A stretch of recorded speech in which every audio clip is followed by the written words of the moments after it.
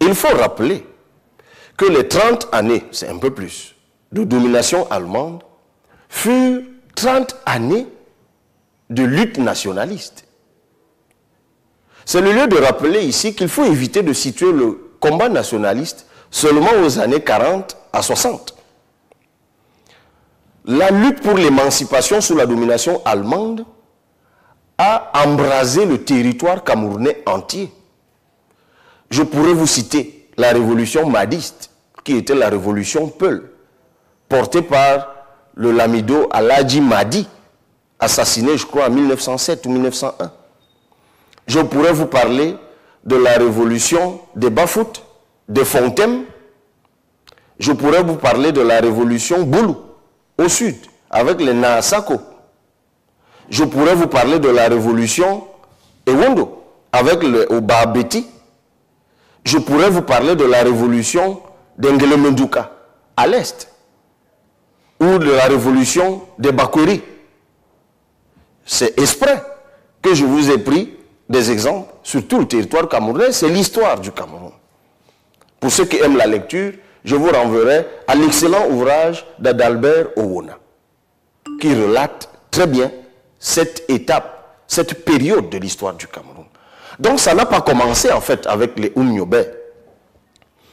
Ça veut dire que les Camerounais ensemble ont toujours été unis pour leur émancipation.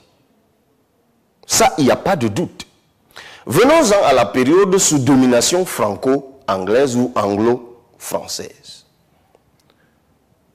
S'il y a une chose que tous les Camerounais, qu'ils soient sous domination française ou sous domination anglaise, ont toujours demandé, c'était non seulement l'indépendance, mais un préalable à l'indépendance qui était la réunification.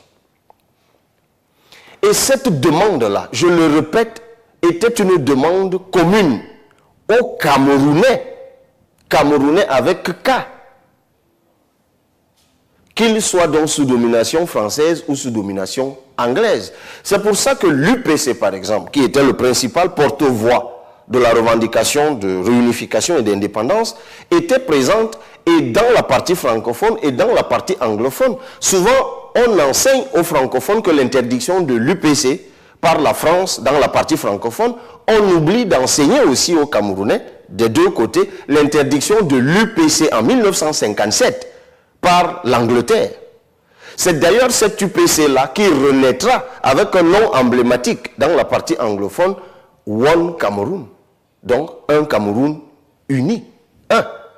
Et qui était à sa tête, la tête de One Cameroun, Ndé Toumaza, qui après le retour de la démocratie en 1992, et ça il ne faut pas l'oublier, deviendra le président de l'UPC, qui s'était reconstitué donc à l'époque. En fait, la désignation de Ndé Toumaza à la tête de l'UPC marquait la reconstitution, donc la réunification, on peut le dire, des UPC qui avaient été des deux côtés interdites à une époque.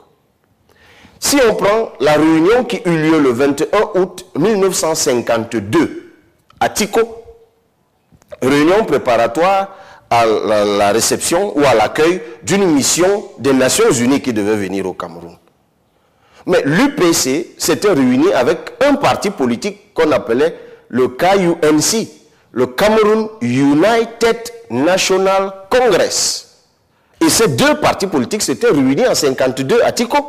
Je pourrais même vous parler de 51 à Kumba, à la conférence de Kumba, pour harmoniser leur position qu'il fallait servir aux Nations Unies qui devaient venir en enquête au Cameroun.